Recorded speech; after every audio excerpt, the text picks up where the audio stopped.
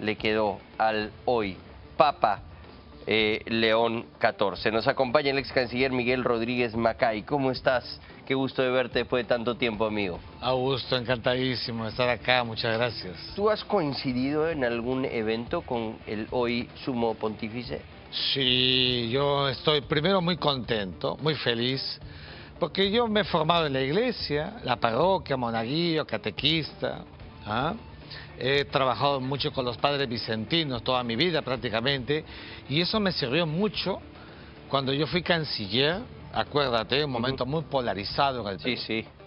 El episcopado peruano tenía en ese momento su asamblea nacional general. Todos los obispos del Perú, con Monseñor Cabrejo, que era el presidente, estaban aquí en Lima, en Jesús María, y pidieron una reunión con el canciller.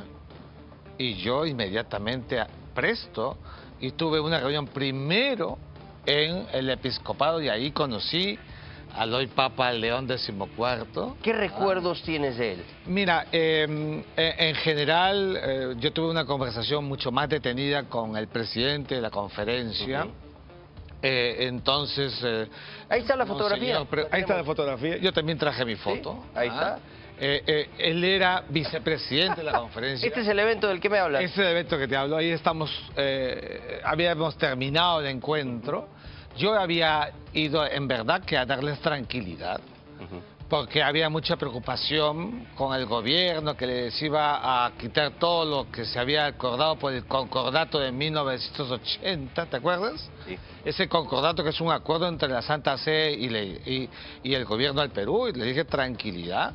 Conozco muy bien el trabajo de la iglesia profundo, con los padres vicentinos, padres carmelitas, de otras comunidades, entonces de ninguna manera. Y allí los vi a todos. No tuve una conversación específica con el actual Papa, pero con todos los que pude platicar, me hacían preguntas, internalizábamos todo lo que hace la iglesia. Pero déjame decirte que es una alegría para América otra vez que tengamos un segundo sumo pontífice del continente. Y además un Papa peruano.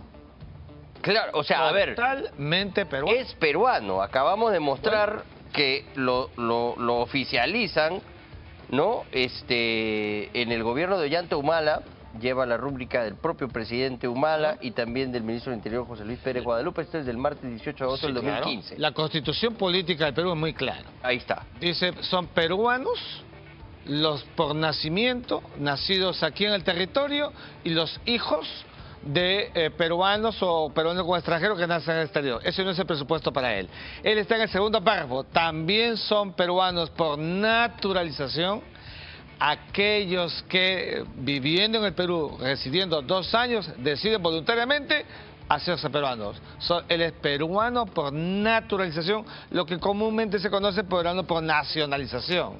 Entonces es peruano como tú, como yo, como todos. Por eso yo me imagino pues que la Cancillería Torre-Tagle, considerando que es además de Papa, sumo pontífice, jefe de Estado del Vaticano, debe preparar toda una parafernalia diplomática a la altura de un sumo pontífice como el que ahora tenemos, que es peruano. O sea, es el primer papa peruano en la historia de la iglesia. Hay que decirlo como... Bueno, los americanos dicen es el primer papa estadounidense. Bueno, es que es estadounidense y es peruano. Sí. No podemos reclamar, tenemos derecho. Todos tenemos derecho. Pero él ha estado más tiempo en Aquí, servicio que el Perú. Pero mira, en una época difícil, en los años 80, 85, 90, muy cruento, los 90, luego se va y viene, pero está, además de Chiclayo, no hay que olvidarnos de Trujillo. Así es. Chulucanas. O sea que es un papa que, para volver al tema actual, no le van a venir a contar cuentos con el tema pues de los mineros que acaban de morir. Conoce perfectamente la realidad de la minería ilegal, conoce perfectamente el sufrimiento de los pobres del Perú y del mundo, porque este papa ha elegido el nombre del León XIV, acordándose del XIII, que fue el papa de los pobres, con la famosa Rerum Novarum, esta encíclica que lanzó al mundo a fines del siglo XIX para contrastar lo que había hecho la revolución industrial, es verdad, con los obreros, los trabajadores, pero el Papa diferenció, cuidado con lo que dice Marx, lucha de clases, no, la Iglesia es su doctrina social. Los marxistas creían, Augusto, que la pobreza era un monopolio marxista comunista, hágame el favor. Por eso no querían competencia. Correcto. En Cuba anularon la Navidad, ¿no? La Iglesia lo ha llevado adelante ahora con el Papa León XIV, lo hizo con San Vicente de Paúl, lo hizo con la Madre Teresa de Calcuta, los pobres de manera transversal. Yo estoy persuadido que este Papa va a continuar la obra de Francisco, mirando a los pobres, mirando las zonas más vulnerables del mundo.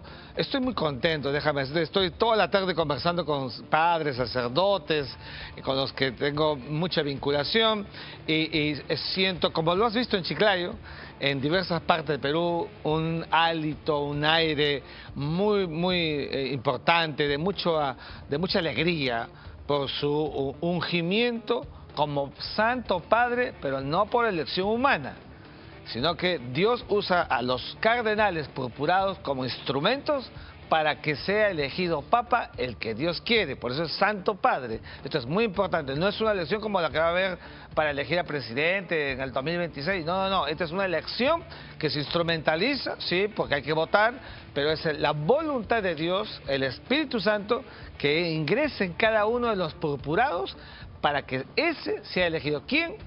Ahora Robert Prevost, nuestro Santo Padre León XIV. Es inevitable que se entremezcle la religión y la política, sobre todo en un pueblo tan católico como el nuestro, Sí. ¿no? Y obviamente han empezado a surgir algunas declaraciones que son declaraciones, yo creo que justas, ¿no? El reclamo que hace a Alberto Fujimori en las épocas de los juicios en su contra y la actitud que había tenido el expresidente Fujimori respecto de aceptar sus responsabilidades y cómo él consideraba que no había sido lo suficientemente empático con las víctimas de los casos, ¿no? Por los que fue condenado, hablamos Sí. de La Cantuta y Barrios Altos. Sí, bueno, yo en mi libro sobre Alberto Fujimori, más que por este caso que ya es trascendente, miraba el otro tema, el de las mujeres que fueron sometidas a ciertas cirugías, ¿te acordás tú? En su momento, pero el Papa tenía una posición respetable, eso es lo de altura. Alberto Fujimori, tú sabes, marcó una época en la historia del Perú, tuvo objetivos y claro, se le imputó lo de Barrios Altos y La Cantuta, esta suerte de responsabilidad mediata, intelectual, al final fue indultado y luego vuelto a la cárcel por un proceso lleno de ideología y murió en libertad. Esto es muy importante decirlo, más allá de los errores que cometió Alberto Fujimori, evidentemente lo que hizo... Errores y crímenes también. Y crímenes, lo que hubo, pero una diversidad de aprehensiones y nadie estaba exento de emitir un juicio de valor. Yo mismo, cuando hice mi amicus curiae sobre Alberto Fujimori, defendí el indulto, ni siquiera de él, sino el indulto como tal, y le dije que era un delincuente técnicamente para el derecho, pero que había sido indultado y que merecía la libertad. Y creo que el Papa, en ese marco, no tuvo apasionamiento, siempre fue muy pero ponderado en sus visiones, en su... Como buen estadounidense, ¿no? Claro, con su mirada como corresponde. Y yo espero que eso va a ser la línea que él va a mantener hacia adelante. Claro, ahora va a conducir la Iglesia Universal y entonces tendrá que tener su sello, ¿no? Pero es claro, pero este camino es el camino que ha trazado el Papa Francisco. O sea, yo creo que Sí. lo ha preparado para que él siga en las reformas que él estaba haciendo. Yo estoy persuadido que sí. Y digamos, al ser americano, uno no puede dejar de pensar en cómo va a ser la relación con el presidente Donald Trump, ¿no? Bueno. Y la verdad que él políticamente va por otro lado, ¿no? Sí. Creo que diametralmente opuesto a lo que propone Donald Trump, que es misericordia con los migrantes. Este es un papa, si quieres, para que la gente que nos escuche no ve, un papa más para los demócratas que para los republicanos. Así es. ¿No? ¿Cómo será la relación Bueno, con Trump? yo creo que a Donald Trump no le va a convenir entrar en una colisión, sobre todo con un santo padre de nacionalidad estadounidense. Sería lo único que le faltaría. Imagínate, hacer, ¿no? pero en todo caso, mantener el equilibrio. Por lo menos del Papa, yo no veo que sea, digamos, un actor que va a sacar un fusil de nada, va a sacar a la Biblia, sacar a las velas para seguir dándole paz a un mundo que no lo tiene. Eso es lo que yo veo en él y que aspiremos que le pueda dar quietud y calma a un mundo que sigue siendo cada vez más convulso. Mira lo de Cachemira, lo último, nada más. Te dice que el mundo necesita paz, Augusto. Y esa paz, en verdad, ya no es solamente un deseo, es jurídica, es una obligación. Y el Papa, como jefe de Estado, seguramente en esa dualidad va a contribuir con su tremenda moral planetaria que ahora tiene como jefe de la Iglesia. ¿Es justo analizar las posturas políticas de los papas o de los cardenales? Sí. O simplemente ellos tienen ya como un velo que los protege al ser finalmente autoridades espirituales? No, yo creo que son las dos cosas. Mira, Carlomagno... Es inevitable, ¿no? Carlomagno, hijo de Pipino el Breve, nieto de Carlos Martel, cuando fue ungido emperador, con un papa en los tiempos en que los papas eran grandes, y los cardenales eran tremendamente importantes, los obispos, los arzobispos, todos tienen siempre una cuota. Y la política no debe entenderse como esta política que vemos todos los días, no, es la política como ciencia. San Agustín de Hipona, de quien él parte, el gran padre de la Iglesia de la fe, porque Santo Tomás de Aquino fue de la razón.